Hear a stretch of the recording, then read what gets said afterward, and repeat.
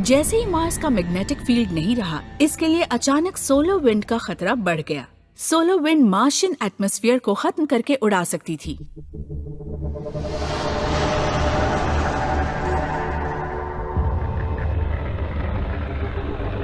3.7 billion years पहले super tough Martian life को एक बड़ी आफत का सामना करना पड़ा। एटमॉस्फेयर धीरे धीरे स्पेस में गुम होता जा रहा था। एयर प्रेशर पूरे प्लेनेट पर ही घट रहा था और मार्स का ज्यादातर पानी पहले ही उबलकर उड़ चुका था। पानी के बिना सर्वाइवल के चांसेस बहुत रिमोट थे। लेकिन मार्शियंस के लिए एक और भी बड़ा खतरा सामने खड़ा था। मैग्नेटिक फील्ड और थिक एटमॉस्फेयर के न होने से मार्स की सरफेस सन के रेडिएशन की पूरी मार झेल रही थी।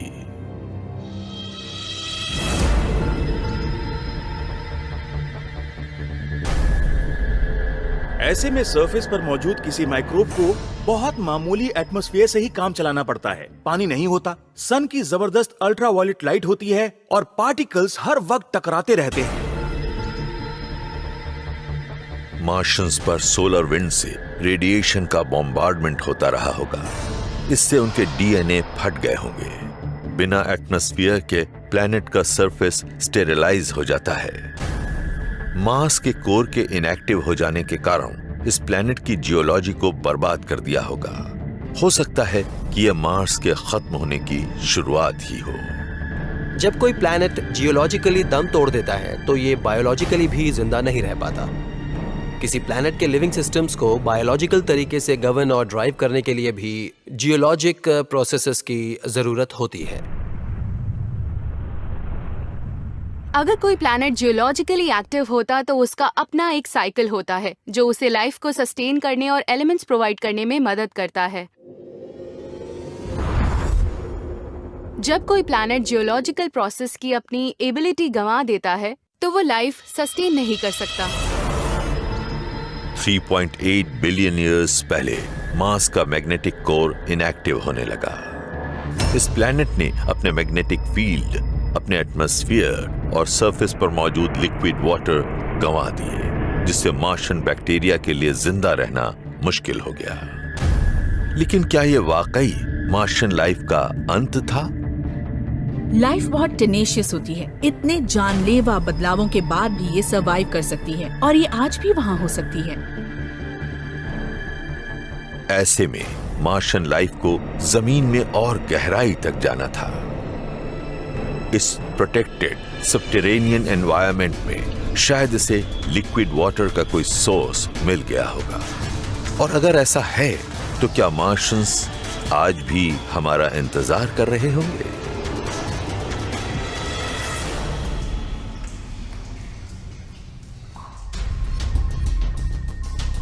(1960s) से ही रोबोटिक प्रोब्स और लैंडर्स मार्स की सरफेस पर लाइफ के साइंस ढूंढते रहे हैं।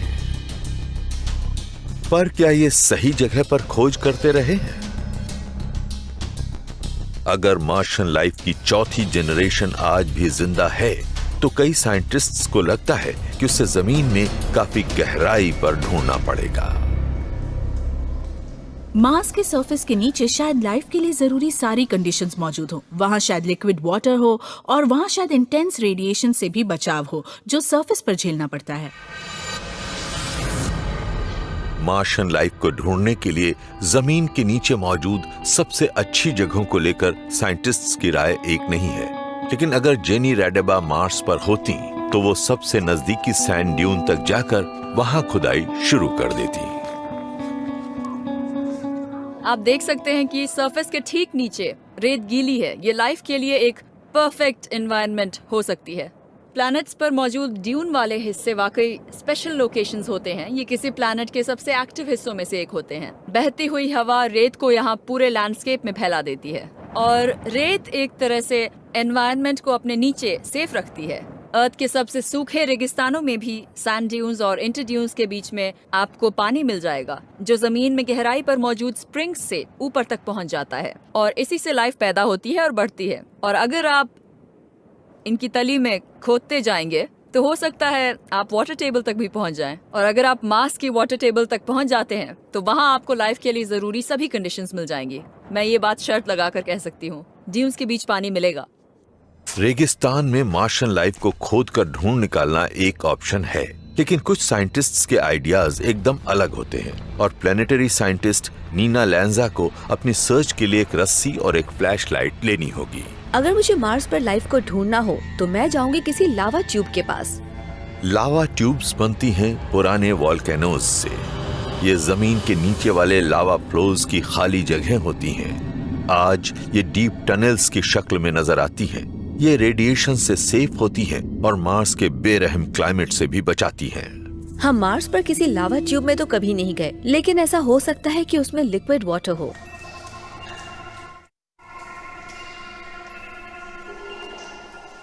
ये हमेशा थोड़ा बहुत प्रेशर झेलती रहती हैं। इन पर काफी मटेरियल मौजूद होता है क्योंकि ये अंडरग्राउंड है, इसलिए इन पर एडिशनल प्रेशर होता है। ये थोड़ी ज्यादा गर्म भी हो सकती हैं क्योंकि मार्स पर अब भी कुछ न कुछ इंटरनल हीट होगी। हालांकि ये अर्थ के मुकाबले ज्यादा तेजी से ठंडा हुआ है, तो इस एनवायरनमेंट में कुछ मॉइस्चर हो सकता है, थोड़ी गर्मी हो सकती है। आप रेडिएशन से बच सकते हैं। मेरे ख्याल से कोई मार्शियन माइक्रोब यहाँ बहुत खुश रहेगा। मार्स पर लाइफ को ढूंढना इंसान की एक बहुत बड़ी अकॉम्प्लिशमेंट होगी, लेकिन इसमें एक खतरा भी है। कहीं हम अनजाने में ही एक और एक्सटिंक्शन इवेंट की शुरुआत तो नहीं कर देंगे। इंसान अर्थ पर लाइफ के एक्सटिंक्शंस के लिए काफी हद तक जिम्मेदार रहा है, तो दिलचस्प क्वेश्चन ये है कि कहीं हम मार्स पर भी ऐसी ही किसी आफत की शुरुआत तो नहीं कर देंगे। अगर किसी दिन ह्यूमंस मार्स तक पहुंच गए तो हम वहां एक इन्वेजिव स्पीशीज होंगे, और अगर वहां किसी जगह कोई मार्शियन लाइफ हुई तो शायद हम ही उसे डिस्ट्रॉय कर देंगे। तो मार्स पर जो भी लाइफ मौजूद है उसे प्रिजर्व करना हमारी एथिकल रिस्पॉन्सिबिलिटी है। प्रॉब्लम हमारी वजह से नहीं है, ये है हमारी बॉडीज के अंदर और उसके बाहर रहने वाले बग्स की वजह से। किसी एवरेज इंसान की बॉडी पर 10 से 20 ट्रिलियन बैक्टीरिया होते हैं।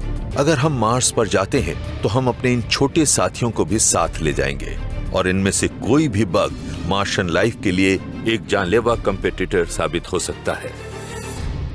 मार्स रोवर्स को बग फ्री रखना नासा इंजीनियर मुजिगे कूपर का काम है, लेकिन एस्ट्रोनॉट्स को क्लीन रखना एक बिल्कुल ही अलग बात है। हम अपने स्पेसक्राफ्ट हार्डवेयर को कम से कम 50 आवर्स तक 110 डिग्री सेल्सियस तक गर्म करते हैं ताकि मार्स का कंटामिनेशन ना हो। लेकिन स्पेसक्राफ्ट की तरह ह्यूमंस इतना टेम्परेचर नहीं झेल सकते। हम सर्वाइव ही नहीं कर पाएंगे। जब तक हम अपने एस्ट्रोनॉट्स को बग फ्री रखने का कोई तरीका नहीं ढूंढ लेते, तब तक मार्शियंस को नुकसान से बचाने के लिए रोबोट्स के जरिए मार्स को एक्सप्लोर करना ही सबसे अच्छा ऑप्शन है। लेकिन अगर हमारे रोबोट्स ने आखिरकार इस लाइफ को ढूंढ लिया और हम अपने इन एक्स्ट्रा टेरेस्ट्रियल नेबर्स की वर्किंग पर गहराई से नजर डालेंगे, तब क्या होगा? मार्शियंस आखिर दिखते कैसे होंगे? यहाँ अर्थ पर डीएनए वो ऑर्गेनिक मॉलिक्यूल है जिसमें लाइफ की इंफॉर्मेशन मौजूद होती है, लेकिन पता नहीं कि क्या दूसरी जगहों पर भी ऐसा ही होता होगा। मार्स पर ऐसा कोई एविडेंस ढूंढने से हम ये बेहतर ढंग से समझ पाएंगे कि और क्या पॉसिबल है। क्या मार्शियंस हमसे अलग तरह के होंगे? क्या वो अलग मटेरियल्स से बने होंगे? क्या उनकी बायोकेमिस्ट्री अलग होगी? या फिर वो हमसे शॉकिंगली फेमिलियर होंगे? कुछ साइंटिस्ट्स को लगता है कि सबसे शुरुआती मार्शियन लाइफ शायद मार्स पर रुकी ही ना हो। ये सोचना ज्यादा अजीब नहीं होगा कि लाइफ मार्स से कहीं और चली गई हो या मार्स से अर्थ पर आती जाती रही हो। क्या मार्शियंस हमारे प्लेनेट पर भी लाइफ की शुरुआत कर सकते थे? हो सकता है मार्शियंस मरे ना हो सकता है कि मैं मार्शियन हूँ, हो सकता है आप मार्शियन हो।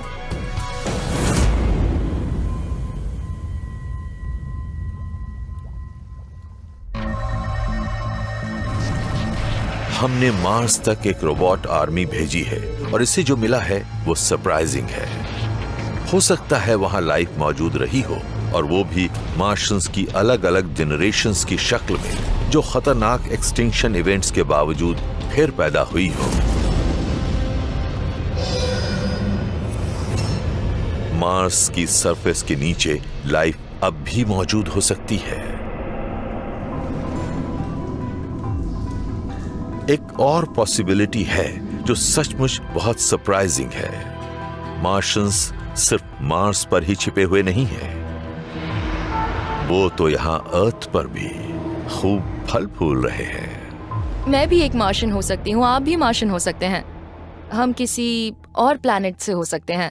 हम लाइफ फॉर्म्स के तौर पर पहले ही ट्रैवल करके 2 प्लैनेट्स पर शायद रह चुके हों, एक स्पीशीज के तौर पर नहीं, पर हो सकता है हमारे एंसेस्टर्स दूसरे प्लैनेट से आए हों, और ये बात माइंड ब्लोइंग है। हमारे एंसेस्टर्स मार्शियंस हो सकते हैं। ये एक पुरानी थ्योरी पैंस्पर्मिया से जुड़ा एक नया आइडिया हो सकता है। इस थ्योरी के मुताबिक अर्थ पर लाइफ तब शुरू हुई जब एलियन बैक्टीरिया से भरी एक स्पेस रॉक अर्थ पर गिरी, और आज हमें नजर आने वाली हर जिंदा चीज, जिसमें हम भी शामिल हैं, इन्हीं कॉस्मिक बैक्टीरिया से इवॉल्व हुई। पैंस्पर्मिया का आइडिया यूं तो कई सेंचुरी से मौजूद है, लेकिन जब साइंटिस्ट्स को यह पता चला कि अर्थ पर लाइफ पास्ट की तरफ 4 बिलियन ईयर्स पीछे सस्टेन्ड एस्ट्रॉयड अटैक के अंत वाले दौर में लौट सकती है, तो इसे फिर से बढ़ावा मिला और इसे कहा गया late heavy bombardment. Outer solar system में बहुत सारी चीजें होती हैं, कॉमेट्स, एस्टेरॉइड्स, एटसेट्रा। ये इनर सोलर सिस्टम में आती हैं और प्लैनेट से टकराती हैं। पुरानी सोच ये कहती है कि अर्थ से टकराने वाली चीजें वो बचा खुचा मलबा थीं जो सोलर सिस्टम के बनने के बाद बच गया था। लेकिन एक कंट्रोवर्शियल आइडिया ये है कि ये स्पेस रॉड्स असल में मार्स के टुकड़े थे जो बोरियालिस बेसिन इम्पैक्ट के बाद उड़े थे, जब एक बड़ी सी चीज मार्स से टकराई थी। इस चीज की टाइमिंग बोरियालिस बेसिन इम्पैक्ट से अच्छी तरह मेल खाती है। अगर आप कैलकुलेट करें कि स्पेस में कितना मलबा उड़ा होगा और ये इवेंट कब हुई होगी, तो मार्शियन जियोलॉजिक रिकॉर्ड के मुताबिक ये लेट हैवी बम्बार्डमेंट से मेल खाती है।